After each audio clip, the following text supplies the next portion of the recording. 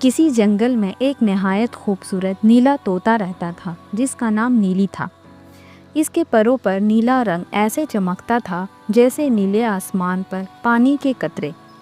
نیلی صرف خوبصورت ہی نہیں بلکہ بے حد عقل مند اور رحم دل بھی تھا۔ نیلی ہر صبح درختوں پر بیٹھ کر خوشی سے گیت گاتا، چھوٹے پرندوں کو اپنی چونچ سے کھانا کھلاتا اور بیمار جانوروں کی مدد کرتا۔ جنگل کے سب جانور اسے بہت چاہتے تھے، مگر نیلی کا ایک خواب تھا قریبی صحراؤں اور دوسرے جنگلوں کی سیر کرنا۔ لیکن جنگل کے بزرگ جانور اسے منع کرتے، کہتے نیلی دنیا بہت خطرناک ہے، انسان تمہیں پکڑ سکتے ہیں۔ مگر نیلی کے دل میں یہ خواہش ختم نہیں ہوئی۔ ایک دن جب نیلی جنگل کے کنارے پانی پی رہا تھا، ایک شکاری نے چپکے سے اس پر جال ڈال دیا۔ نیلی نے زور زور سے پر مارے مگر بیکار، شکاری نے اسے پکڑ لیا۔ شکاری اسے شہر لے گیا اور ایک بازار میں ایک خوبصورت پنجرے میں اسے قید کر کے رکھ دیا۔ نیلی شہر دیکھ کر حیران تھا، یہ کون سی دنیا ہے؟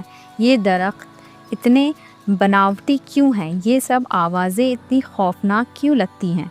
پنجرہ خوبصورت ضرور تھا مگر قید تھی۔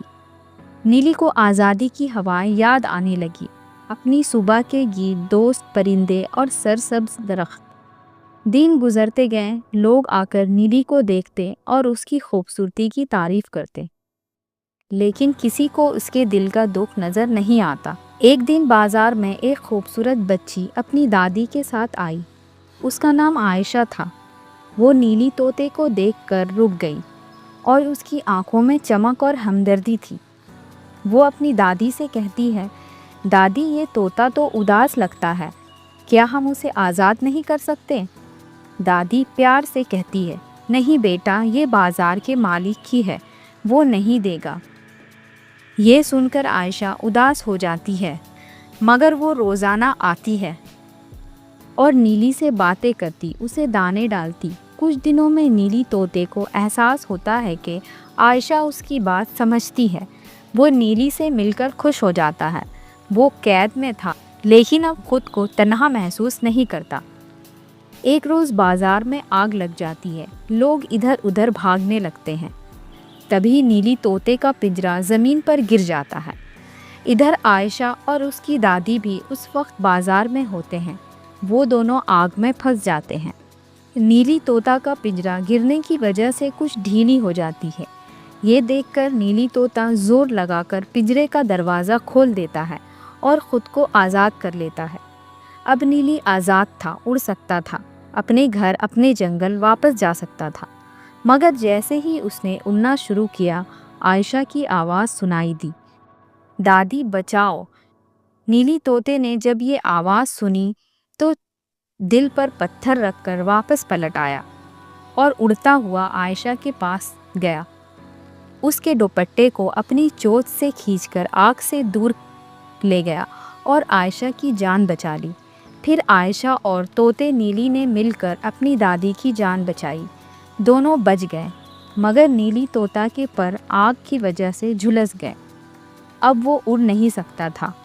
اگلے دن جب یہ سب کو پتہ چلا کہ ایک طوطے نے عائشہ اور اس کی دادی کی جان بچائی تو پورے شہر میں شور مچ گیا۔ لوگ اس کی تصویریں لینے لگے۔